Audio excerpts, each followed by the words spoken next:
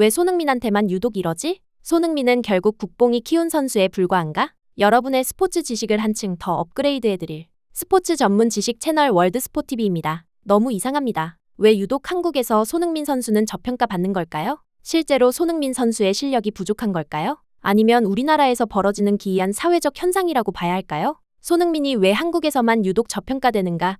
이 질문부터 바로 들어가겠습니다. 결론부터 말씀드리면 실력의 문제가 아니라 관점과 구조의 문제입니다. 손흥민은 이미 세계가 인정한 객관적 결과로 자신을 증명해왔습니다. 프리미어리그에서 아시아 선수 최초로 득점왕을 차지했고 프리미어리그 통산 100골을 기록했으며 유럽 정상 무대에서 수년 동안 양발 슈팅과 뒷공간 침투, 전환 상황에서의 결정력으로 계속해서 팀 전술의 핵심 역할을 수행해왔습니다. 2020년에는 전 세계 최고의 득점해주는 푸스카스상을 받았고 2023년부터는 토트넘의 주장으로서 리그와 컵 대회를 이끌었습니다. 이건 팬심이 아니라 리그와 국제축구계가 공식적으로 기록해놓은 사실입니다. 그럼에도 한국에서만 주기적으로 저평가 프레임이 고개를 드는 이유는 따로 있습니다. 첫째, 기대와 현실의 괴리가 큽니다. 한국의 축구 담론은 종종 대표팀 A매치 한두 경기의 감정선을 전체 커리어의 평가로 확장합니다. 월드컵 또는 특정 A매치에서 나온 한 장면이 클럽에서 50경기 동안 만들어낸 실질적 기여를 순식간에 덮어버리는 구조가 반복됩니다.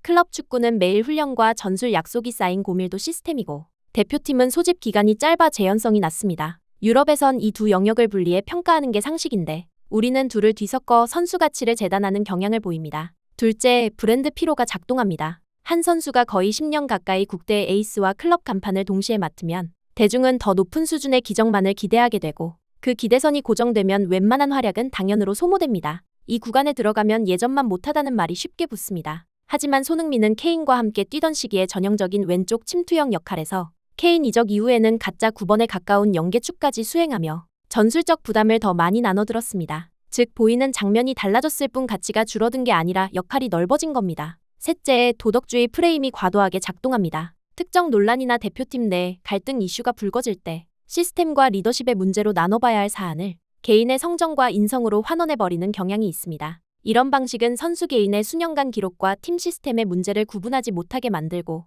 결과적으로 과소평가를 부릅니다. 넷째, 클릭을 중심으로 작동하는 국내 미디어 유통구조입니다. 부정적 감정은 확산이 빠르고 짧은 숏폼과 자극적 헤드라인은 놓침과 실수의 순간을 과장해 재생산합니다. 반대로 꾸준함, 오프 더 볼 움직임, 압박의 시동 같은 비가시적 기여는 눈에 덜 띄고 설명 비용이 큽니다. 그러다 보니 하드 데이터와 콘텍스트보다 단발 장면이 과대 대표되는 일이 반복됩니다. 다섯째, 비교의 오류입니다. 메시나 호날두, 최근의 홀란드 같은 초거대 표본과만 비교하며 그 급은 아니다라는 결론을 먼저 세워놓고 내려찍는 방식이 흔합니다. 공정한 비교 집단은 프리미어리그 상위 1에서 2% 다재다는 공격수들입니다. 그 집단 안에서 손흥민은 속도, 공간 지능, 양발 마무리, 압박 가담, 그리고 전환 상황에서의 치명성을 동시에 갖춘 보기 드문 선수로 분류됩니다. 실제로 그는 리그 공식 수상과 기념비적 기록을 함께 보유하고 여러 시즌 동안 두 자릿수 득점 또는 공격 포인트를 기록해왔습니다. 여섯째, 성공의 역설입니다. 너무 오랫동안 잘해왔고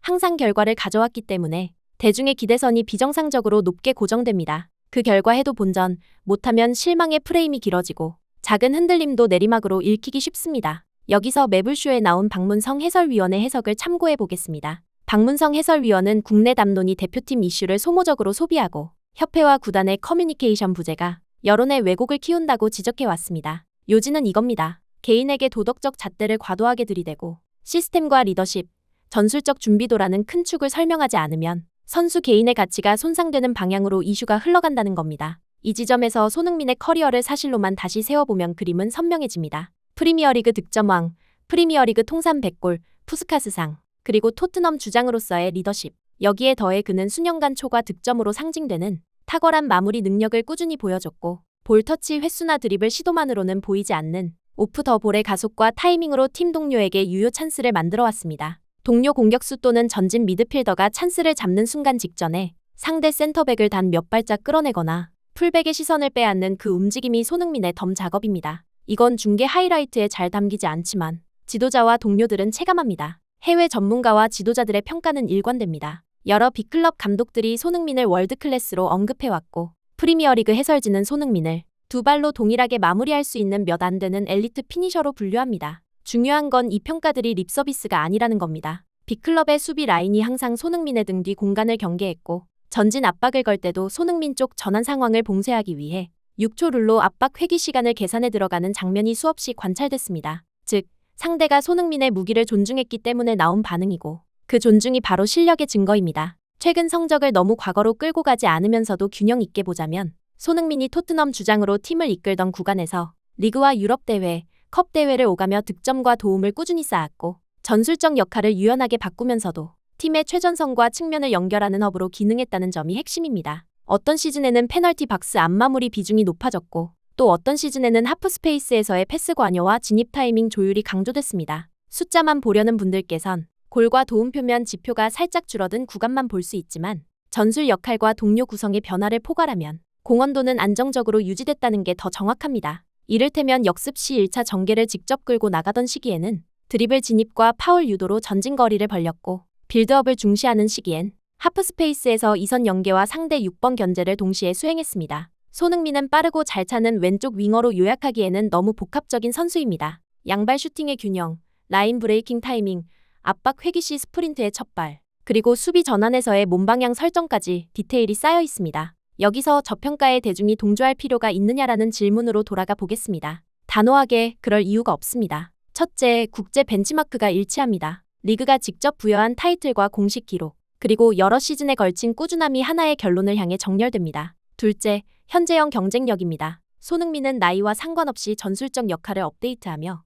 팀이 요구하는 퍼즐 조각을 채워왔습니다. 속도와 마무리만 있는 게 아니라 압박 트리거의 시동과 상대 1선 2선 간 간격을 벌리는 오프 더 볼까지 수행합니다. 셋째, 파생 가치입니다. 손흥민은 팀 동료들의 스탯을 끌어올리는 선수입니다. 센터백의 시선을 묶고 풀백을 주저하게 만드는 존재의 중력은 옆과 뒤의 선수들이 받습니다. 넷째, 상징성입니다. 아시아 출신 선수가 프리미어리그에서 득점왕과 100골을 동시에 달성한 사례는 축구 생태계 전체에 의미가 있습니다. 유소년과 청년 선수들에게 세계 최정상 무대에서 피지컬 전술 멘탈을 동시에 준비하면 충분히 통한다는 신호를 줍니다. 다섯째, 공정성의 문제입니다. 우리는 대표팀 이슈와 개인 커리어 평가를 분리해야 하고 감정과 낙인이 아니라 데이터와 콘텍스트로 평가해야 합니다. 이 원칙을 적용하면 결론은 자연스럽게 손흥민의 가치를 인정하는 쪽으로 수렴합니다. 손흥민은 프리미어리그에서 아시아 선수 최초의 득점왕과 통산 100골, 푸스카스상, 그리고 주장의 리더십이라는 4개의 기둥을 세웠고 여러 시즌에 걸쳐 전술적 역할을 바꾸며 팀에 필요한 가치를 제공해왔습니다.